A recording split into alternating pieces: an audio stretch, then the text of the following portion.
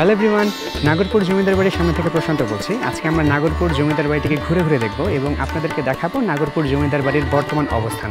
তো চলুন শুরু করা যাক।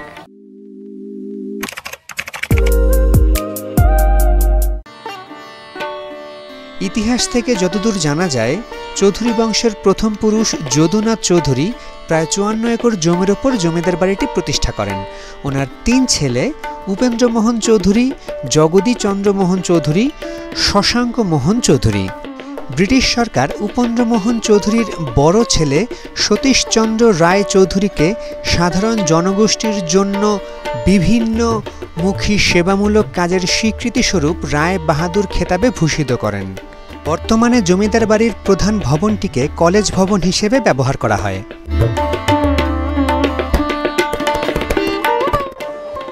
হ্যালো এভরিওয়ান, আমরা এখন আছি নাগরপুর জমিদার বাড়ি।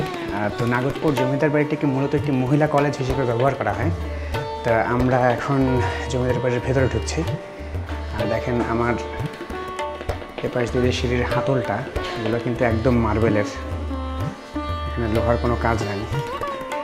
ছোট ছেলে সুরেশচন্দ্র রায় চৌধুরী অপেক্ষাকৃত পাশ্চাত্য সংস্কৃতি ঘেঁষা।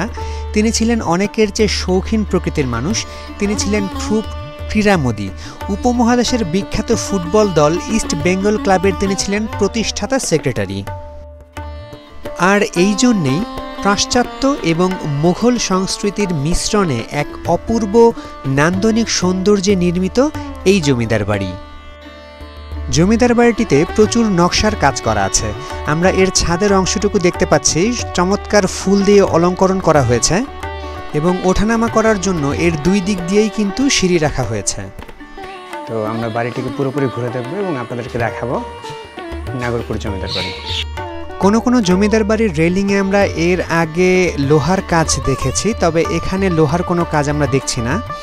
আধুনিকতা এবং আভিজাত্যের ছোঁয়া এই বাড়ির প্রত্যেক অংশে।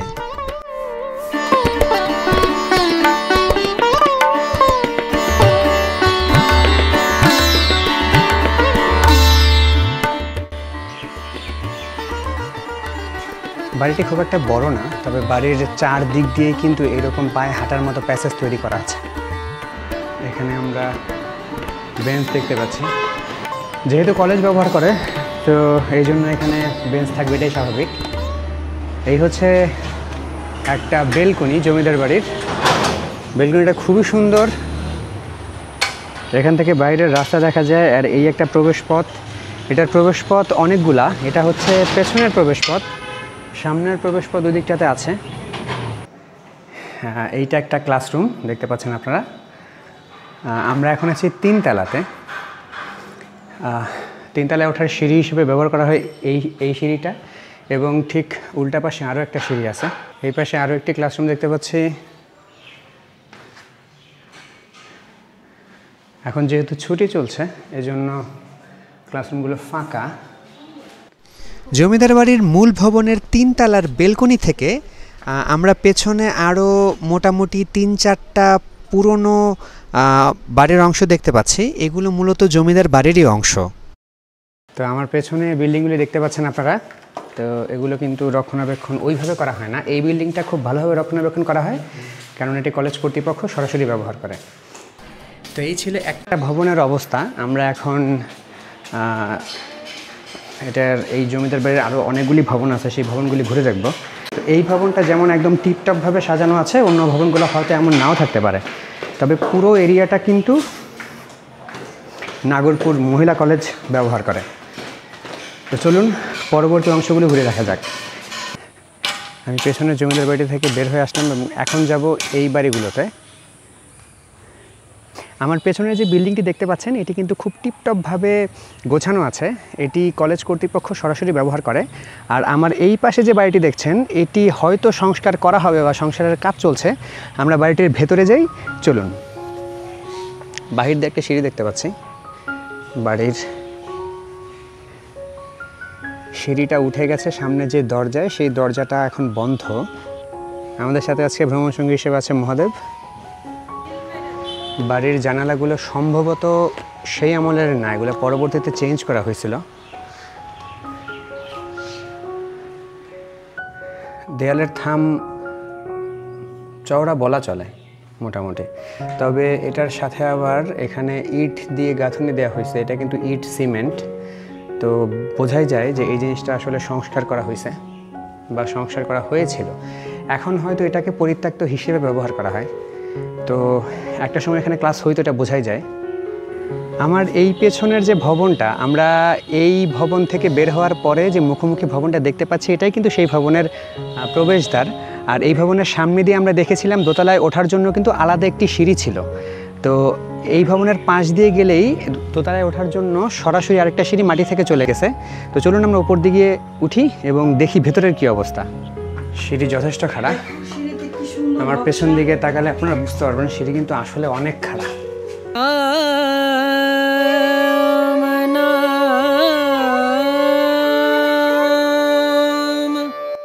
এটি নাগরপুর জমিদার বাড়ির দ্বিতীয় ভবনের দোতলার অংশ। এটিকে রংমহল বা আনন্দমহল বলা হয়। জমিদারদের চিত্ত বিনোদনের জন্য এই ভবনটি মূলত ব্যবহৃত হতো। এর সৌন্দর্য এবং জৌলুস এখনও কিছুটা দৃশ্যমান। ছাদের উপরের অংশটুকু কিছুটা ভেঙে পড়লেও এর পিলারগুলোর ডিজাইন এখনও একদমই অক্ষত অবস্থায় আছে। এটি তখনকার আভিজাত্যকে খুব চমৎকারভাবে ফুটিয়ে তোলে। আনন্দমহলের এই অংশটি যথেষ্ট বড় এবং এটি আনন্দমহলের প্রধান কক্ষ। ভবনের এই দিকের অংশ দিয়ে সামনে এগোলে আমরা আরও ছোট ছোট কিছু কক্ষ দেখতে পাই এবং একটু সামনেই আরেকটা বেলকনির মতো অংশ আছে। ভবনের এই অংশটা সম্ভবত ঝুঁকিপূর্ণ, তাই এদিক দিয়ে ঘুরে যাওয়ার যে রাস্তা সেটা বন্ধ করে দিছে। তো এখানে কেউ যেন না যায় এই জন্য আর কি সম্ভবত বন্ধ করে দিছে। আর আপনারা দেখতে পাচ্ছেন ভবনের এই পাশের অংশের এখানে কিন্তু পরগাছা জন্মেছে। আর ভবনের বাহিরের অংশে আর একটা ছোট্ট ভবন আমরা দেখতে পাচ্ছি। संत समागम संत समागम संत समागम करे निरंतर संत समागम करे निरंतर जग से हो। চমৎকার নকশাশৈলী এবং কারুকার্য খচিত ভবনের এই অংশটুকু ভবনের প্রধান কক্ষ, যেটি ভবনের বিভিন্ন অংশ থেকেই দেখা যায়। परम पद पावे ब्रह्मानंद ब्रह्मानंद। এখান দিয়ে বাইরে তাকালে আমরা আরও একটি বাড়ির ধ্বংসাবশেষ দেখতে পাবো।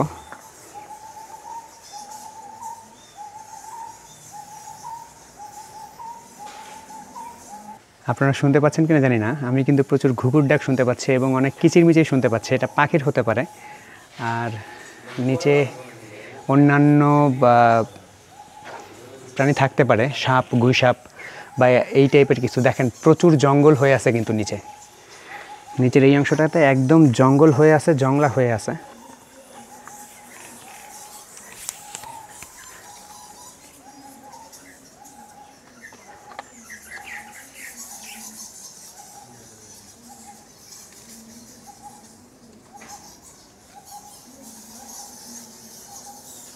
এই পাশের মহলটাও কোনো না কোনো বিশেষ কারণে হয়তো ব্যবহার করা হতো।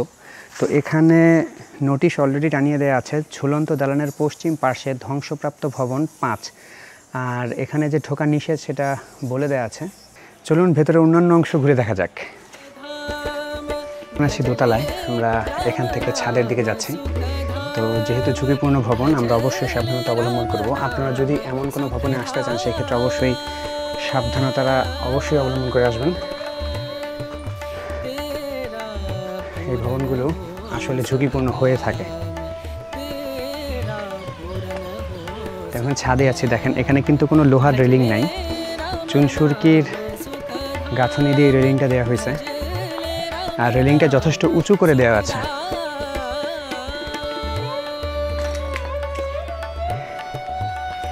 এখান থেকে মূল বৈঠকখানার অংশটা দেখা যায়।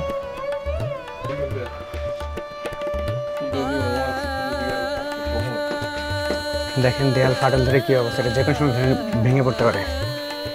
ফাটল ধরেই আছে, ভেঙে পড়াটা খুব একটা অস্বাভাবিক না। লোহার থাম সাপোর্ট দিয়ে রাখছে। এখান থেকে নিচের দিকে একটা রাস্তা পাওয়া গেছে, আমরা দেখবো সেই রাস্তা দিয়ে কতদূর যাওয়া যায়।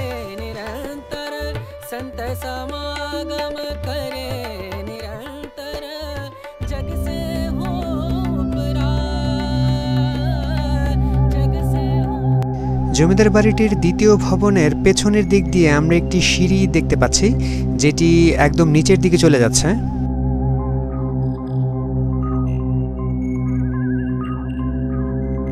এখানে কিছুটা ভৌতিক পরিবেশ বিরাজ করছে।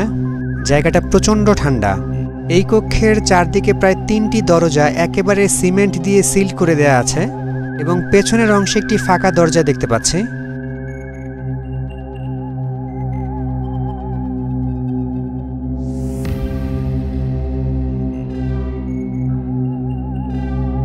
এই পাশের ঘরটাতেও আমরা প্রায় অনেকগুলি দরজা একদম ইট বালু সিমেন্ট দিয়ে সিল করে দেখতে পাচ্ছি।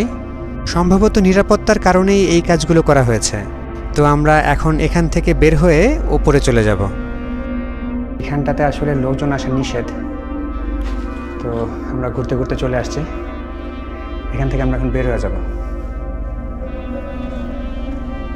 আমরা আপনাদেরকে আগে বলেছিলাম এই ভ্রমণের কিছু কিছু অংশ আছে খুবই ঝুঁকিপূর্ণ, তো এই জায়গাটা অতটা বেশি ঝুঁকিপূর্ণ না, এই জন্য এই জায়গাটা একদম উন্মুক্ত, আমরা চাইলেই আসতে পারি। তবে কোনো কোনো অংশ আছে অতিরিক্ত ঝুঁকিপূর্ণ, এই জন্য ওগুলি বন্ধ করে দেওয়া আছে। তো চলুন আমরা এখান থেকে এখন আরও একটা ভবনে যাব। আর এই পাশে আরও একটি বাড়ি দেখতে পাচ্ছি।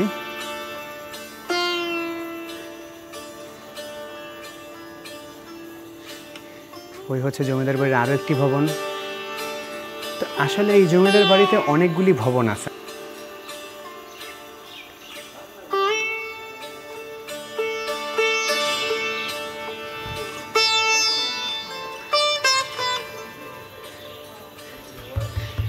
তো এটা যদি মন্দিরের অংশ হয়ে থাকে তাহলে অবশ্যই এই মন্দিরের ঠিক সামনে যে বিল্ডিংটা দেখতে পাচ্ছেন এটি সম্ভবত আগে ছিলই না, এখানে হয়তো ফাঁকা জায়গা ছিল। কেননা আমরা অন্যান্য যেসব জমিদার বাড়ি দেখেছিলাম মন্দিরের সামনের অংশে বিশাল একটা ফাঁকা জায়গা থাকে। এটা একদম ব্যবহার করা যায় না, বোঝাই যায়। ইট সুরকি পড়ে আছে, এখান থেকে পরগাছা উঠে গেছে। পরগাছার শিকড় একেবারে দেয়াল ভেঙে উপরে উঠে গেছে, ছাদ ভেঙে। আর ছাদের ওপরের যে কোটেশন ছিল সেটা ভেঙে পড়ছে, আমরা দেখতে পাচ্ছি ছাদের কোটেশন।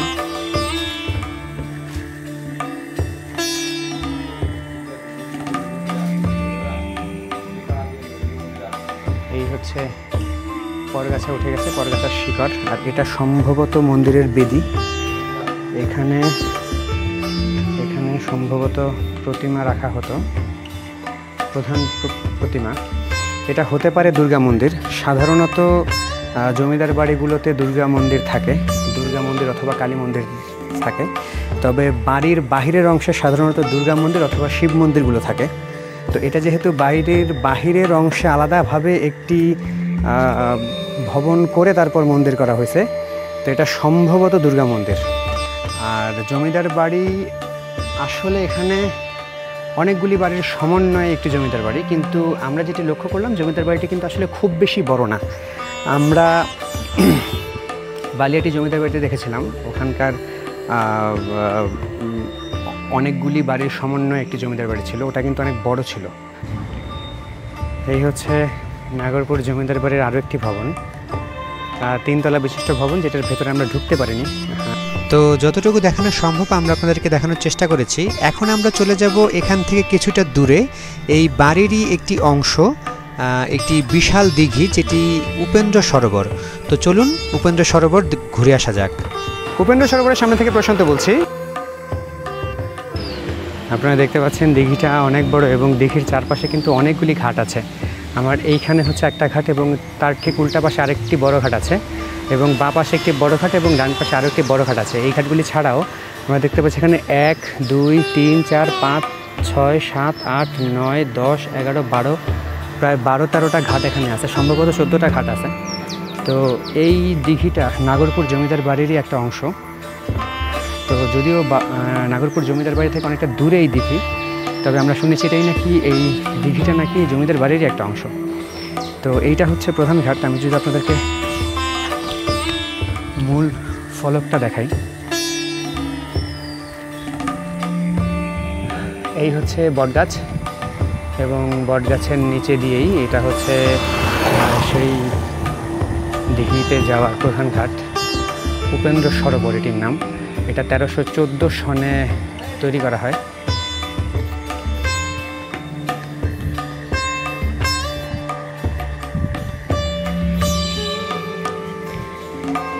এই হচ্ছে উপেন্দ্র সরোবর, সেই বিশাল দিঘি। তো আমরা এখন আছি উপেন্দ্র সরোবরে। এটা নাগরপুর জমিদার বাড়িরই একটা অংশ।